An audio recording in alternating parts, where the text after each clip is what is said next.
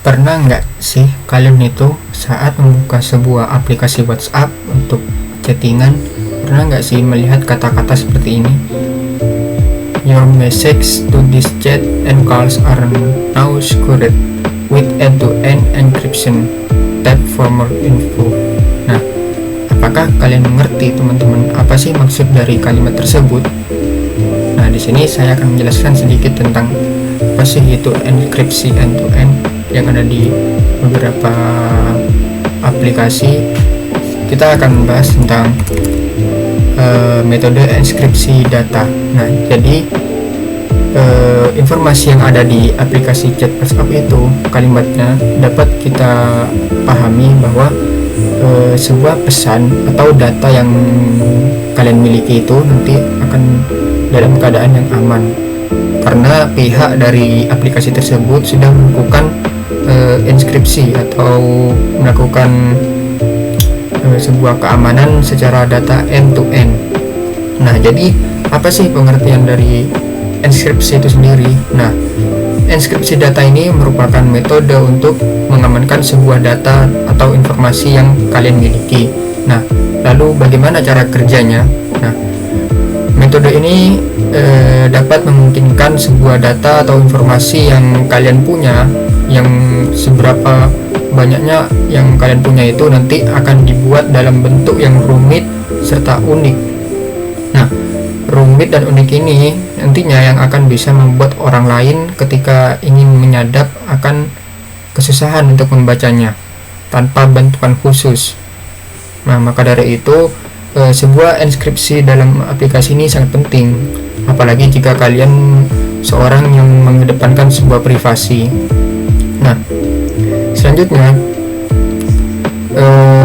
dalam artian lainnya, pihak yang bersangkutan atau pihak yang terlibat dalam enkripsi inilah yang mampu melihat saja. Nah, maka dari itu teman-teman sudah tidak perlu khawatir soal adanya penyadapan chat-chat dalam aplikasi atau semacamnya. Oke. Nah, selanjutnya kita akan kita akan melihat bagaimana sih cara kerja dari setiap data yang terenkripsi itu sendiri. Di sini saya akan menjelaskan sedikit saja atau gambaran umumnya. Nah, jadi data yang dikirim kepada data yang Anda kirim atau yang teman-teman kirim kepada teman atau saudara atau pihak lainnya itu nanti awal-awal itu sebuah data itu nanti akan dinamakan dengan sebuah nama plain text. Nah, plain text ini merupakan data yang kita bisa lihat dan kita baca. Seperti contoh, teman-teman ingin mengechat pihak lain dengan cara mengetik halo atau assalamualaikum atau sebagainya, atau hai, bagaimana kabar kalian. Nah, dalam bentuk plain text ini kita atau pihak lain, semisal orang yang ingin menyadap, masih bisa membacanya karena bentuknya masih dalam mentahan atau plain text. Nah, tapi ketika sebuah aplikasi itu sudah menyematkan sebuah fitur enkripsi, nah disinilah metode enkripsi itu sendiri akan berperan dalam menjaga privasi itu dengan cara mengubah semua teks yang atau data yang teman-teman miliki itu menjadi sebuah ciphertext. Nah, ciphertext inilah nantinya akan berperan untuk membantu menjaga sebuah privasi kalian, yang mana nantinya data-data itu semua akan dirubah menjadi sebuah bacaan atau tulisan yang ketika seorang yang penyadap itu akan membacanya dibutuhkan peralatan atau keahlian khusus untuk bisa melihatnya atau membacanya. Nah, selanjutnya kita akan membahas tentang beberapa metode. Sebenarnya ada banyak metode enkripsi ini, tapi saya akan hanya menjelaskan satu, yaitu metode enkripsi MD2 atau kepanjangannya adalah Message Digest 2. Nah, pengembang dari MD2 ini sendiri, metode ini yaitu Ron Ries pada tahun 1989. Lalu metode ini banyak digunakan pada komputer yang memiliki sistem 8 bit. bisa ditetapkan dalam RFC 1319. Bahkan metode ini dulunya masih digunakan hingga tahun 2004 untuk infrastruktur uji publik.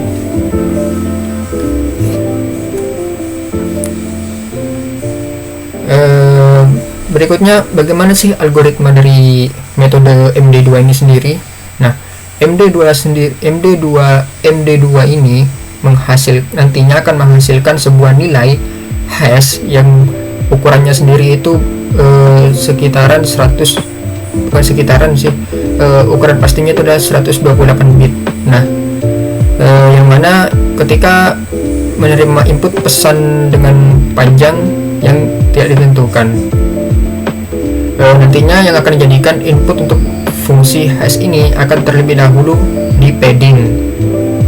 Nah, setelah di padding itu akan ada kalkulasi yang sebenarnya. Misalkan ya, kita memiliki sejumlah byte pesan sebagai input. Nah, lalu dan kita mengharapkan untuk mendapatkan message digest dari pesan tersebut. Nah, dalam hal ini B merupakan suatu bilangan bulat atau bilangan pembulatan yang sembarangan yang bernilai positif hasilnya. Nah, selain nilai positif itu bisa juga 0 dan besarnya juga sembarangan. Kalau ingin menyatakannya dalam sebuah perhitungan, biasanya kita menyatakannya bahwa byte dari pesan itu ditulis dalam bentuk seperti ini. Nah, mungkin teman-teman bisa mendalaminya lebih lanjut, karena di sini saya hanya menjelaskan sedikit saja tentang metode enskripsi itu bagaimana dan apa itu metode enskripsi dan bagaimana contohnya. Ya, mungkin itu saja dari saya. Kurang lebihnya mohon maaf. Sampai jumpa.